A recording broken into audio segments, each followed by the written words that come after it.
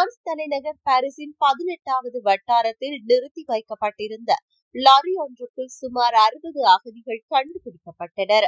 இந்த சம்பவம் போலீசார் மத்தியில் பெரும் அதிர்ச்சியை ஏற்படுத்தியுள்ளது. போலீசாருக்கு கிடைத்த தகவலுக்கு அமைய செவ்வாய்க்கிழமை இரவு இந்த லாரி கண்டுபிடிக்கப்பட்டது. பாரிஸின் வட பகுதியில் உள்ள வீதியில் லாரி நிறுத்தி வைக்கப்பட்டிருந்தது.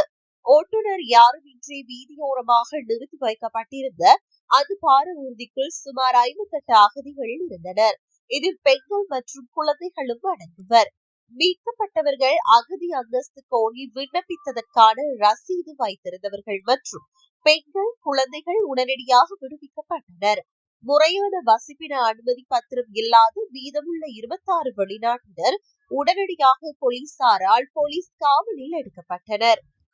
போலீசாரின் முதற்கட்ட விசாரணையில் இந்த லாரி சென்னை மால் பகுதியில் பதிவு செய்யப்பட்ட ஒரு நிறுவனத்திற்கு சொந்தமானது என்பது தெரிய வந்துள்ளது.